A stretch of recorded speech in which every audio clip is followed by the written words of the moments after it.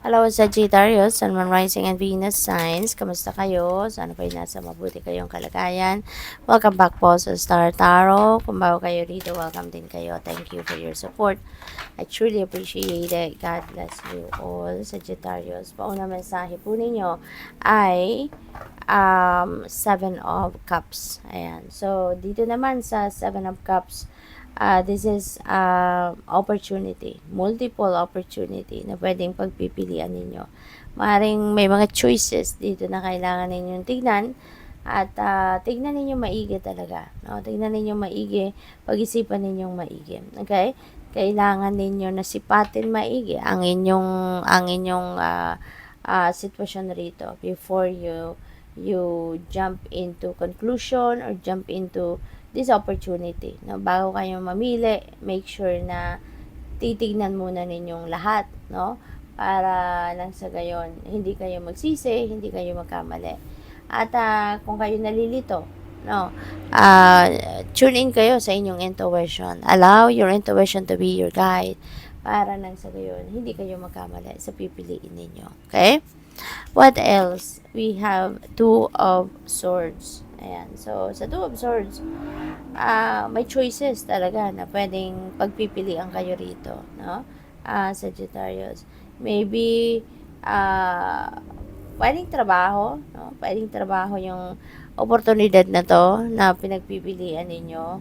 And maybe they are equally beneficial for you. Maaring pasok na pasok din sila sa criteria ninyo. Kaya medyo hati, no? Hati yung puso at ng ano ninyo, yung isip ninyo. Kasi hindi ninyo malaman, ano, dito kung ano yung best para sa'yo or kung alin yung ipaprioritize ninyo. So, maaaring nahihirapan ang iba sa inyo, kaya pwedeng, parang ang ganap dito, hindi na lang muna ako magdedesisyon. Parang ganoon. Parang teka lang muna, pahinga muna, 'di ba? Kasi mas lalo lang kayong nalilito. So parang ayaw nyo na munang magdesisyon. Parang ayaw nyo na muna nabigyan ng oras, panahon at atensyon ang pag-iisip, no, sa bagay na to. Kasi mas lalo kayong nalilito. We have 8 of Cups. Ayan. So, mayroong balak kayong umalis. Meron kayong balak iwanan, no? Maaring, ano to, merong sitwasyon na, alam mo yun, hindi na, hindi na kapaki-pakinabang, no? Para sa'yo. Pwede rin na naghahanap din kayo ng, baka hinahanap nyo na ngayon yung purpose ninyo. Hinahanap nyo na kung yung dahilan, na alam nyo na dahilan, bakit kayo nandito sa mundo, something like that, no?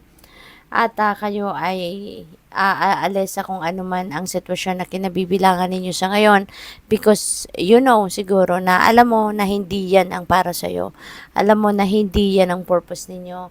Naghahanap kayo ngayon ng deeper meaning, no, of your existence. Kaya pwedeng aalis na kayo, no, sa kung nasaan man kayo sa ngayon.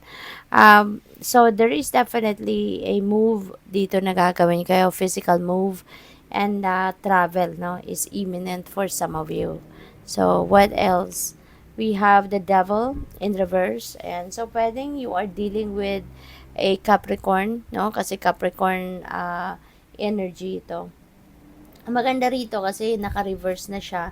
So, ibig sabihin nito na this is the end, no? This is the end of addiction or obsession or any unhealthy attachment, no? Na kinabibilangan ninyo or na ginagawa ninyo. So, ngayon, there is going to be a realization na tama na, no? Na dapat ano na kayo, take action na kayo towards growth kasi pwedeng na nakampante na kayo or na nasanay na kayo, no, sa sitwasyon ninyo na to, and for the longest time siguro baka nandyan kayo at napapansin din ninyo sa ngayon na parang stagnant na, 'di ba? Yung energy na bumabalot sa inyo at hindi naman kayo umaasenso, hindi naman kayo nag-i-improve, hindi naman siguro kayo nagkakaroon ng development, no? Advancement sa kung ano man ang inyong ginagawa sa ngayon. Kaya probably, you know, yan din yung iiwanan ninyong sitwasyon, and you are going to overcome that blockage, no, sa inyo. So what else? We have the Magician. Yeah, this is new beginning energy, and you are definitely taking action. Kasi si Magician, ano to this is new beginning energy. So definitely meron kayong sisimulang bago rito. Probably ang gagawin ninyo rito is talagang magsisimula kayo ng bagong ganap sa buhay. Sisimulan nyo na kung ano man yung mga steps na kailangan ninyong gawin para mas mag-grow kayo, para mas mag-evolve kayo into the best version of yourself. Pwede rin na nakikita nyo na sa ngayon yung mga opportunities that might support you para magkaroon kayo or magtagumpay na kayo. 'Di ba? Maaaring meron kayong mga goals, meron kayong mga goals, meron kayong mga dreams na matagal na ninyong iniisip na tuparin or mag-take action towards it pero hindi niyo nagagawa. But now, maybe, no, gagawin niyo na yan. Maybe you are recognizing the opportunities sa ngayon na nandiyan dyan. Kaya maaaring susubukan niyo na tong simulang gawin. What else? We have 10 of Swords. Ayan. So, ano din kayo, no? Talagang magsisimula kayo dito ng bagong ganap. Malakas na ang inyong loob sa ngayon, ano? Matatag na ang puso ninyo, ang damdamin ninyo rito. Kaya tatapusin mo na kung ano man ang bagay na ito na mahirap, no, na naranasan ninyo in the past. This is a painful ending, kumbaga, no, na nangyari sa inyo rito, and tatapusin mo na to. Ayaw mo na magpatuloy na bitbit ninyo yung bigat ng loob ng nagawa ng deception na to, ng panloloko sa'yo, ng pagbabackstab sa'yo. Pagod na kayo, no? Pagod na kayo from this, no? Bit ninyo yung aftermath ng naging sitwasyon na to, na maaaring merong nanira sa iyo, siniraan kayo ng kung sino man in the past, niloko kayo, nabetray kayo, 'di ba? Napagsinungalingan kayo. So whatever the case may be, pwedeng na traitor din kayo rito ng kung sino mang mahal ninyo sa buhay. Kaya for the longest time, siguro ganito ang naramdaman ninyo, mabigat. Kaya ngayon, you are going to put an end to that, no?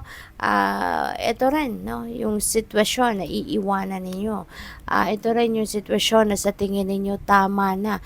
This is about time na para palayain mo na yung inyong sarili from this sama ng loob, no? At ngayon, babangon ka na, muli ka na magsisimula ng bagong buhay on a clean slate. Kaya good luck sa'yo. Thank you for watching. Love and light. Namaste.